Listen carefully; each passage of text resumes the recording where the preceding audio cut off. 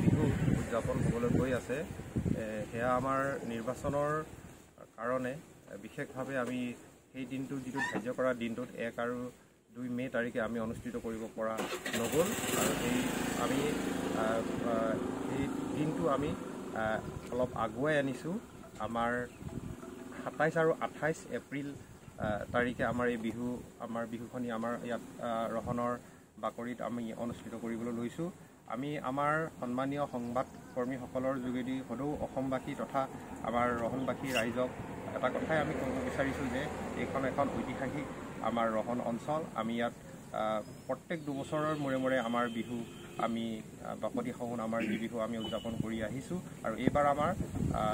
9ম বাৰ্ষিক বিহু সন্মিলন অনুষ্ঠিত কৰিবলৈ লৈছোঁ। আৰু আমাৰ যি কাৰ্যসূচী সেই পূৰ্বৰ নিৰ্ধাৰিত কাৰ্যসূচীৰ মতে আমাৰ সকলোখিনি বিহু আমাৰ একেই কাৰ্যসূচী থাকিব, তাত কোনো হিন্দেৰি নহয়। মাত্ৰ আমাৰ দিনটোহে অকল নিৰ্বাচনৰ কাৰণে আমাৰ যি দিন সেইটো আমাৰ পূৰ্ব নিৰ্ধাৰিত যিটো দিন সেইটো আমি সেই দিনটোত নলৈ আমি অলপ আগুৱাই আনিছোঁ 27 আৰু 28 মে' তাৰিখে। এই ক্ষেত্ৰত আমাৰ সকলো আমাৰ ৰাইজক আমাক সহযোগিতা কৰিবলৈ আমি বিনম্ৰভাৱে অনুৰোধ জনাইছোঁ। ধন্যবাদ।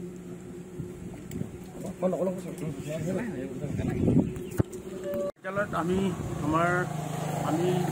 আমাৰ উদযাপন সমিতি সন্মানীয় কাৰ্যকৰী সভাপতি মোৰ বন্ধুবৰ ৰাহানু প্ৰধান ডাঙৰীয়া আমাৰ মাজত আছে আৰু সদৌ ৰঙালী বিহু সন্মিলনৰ উদযাপন সমিতিৰ যুটীয়া সম্পাদক আমাৰ হেমন্ত ভাৰন্ধৰা আৰু লগতে দীপ বৰগোহাঁই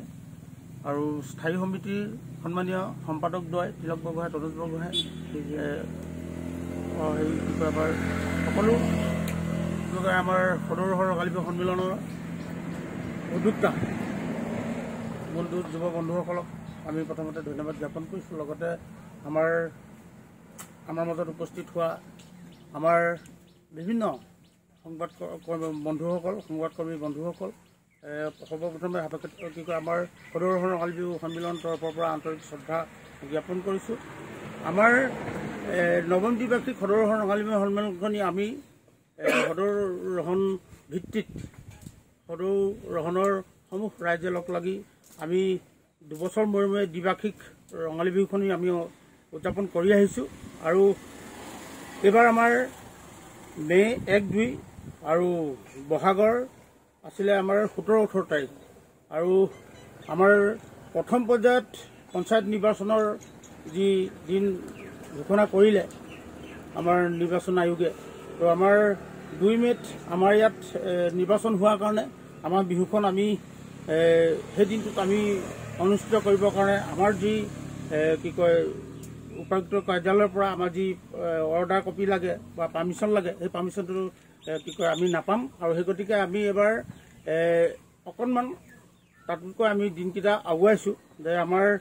27-28 এপ্ৰিল তাৰিখে আৰু বহাগৰ 13-14 আৰু দেও সোমবাৰ পৰিছে। আমি বিহুখন সেই দিনকেইটাতে আমি উদযাপন কৰিবলৈ লৈছোঁ আৰু আমাৰ যিসকল আমি কণ্ঠশিল্পী মাতিছিলোঁ, আমাৰ যিজন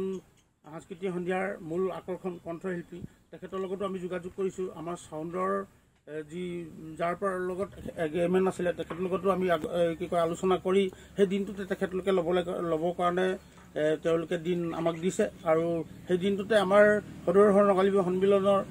প্ৰত্যেকজন উদ্যোক্তা বিষয়ববীয়াসকলেও সেই দিনটোতে ল'লে ভাল হ'ব বুলি আমাৰ আলোচনা কৰি আমি সেই দিনটো লোৱা সিদ্ধান্ত হ'ল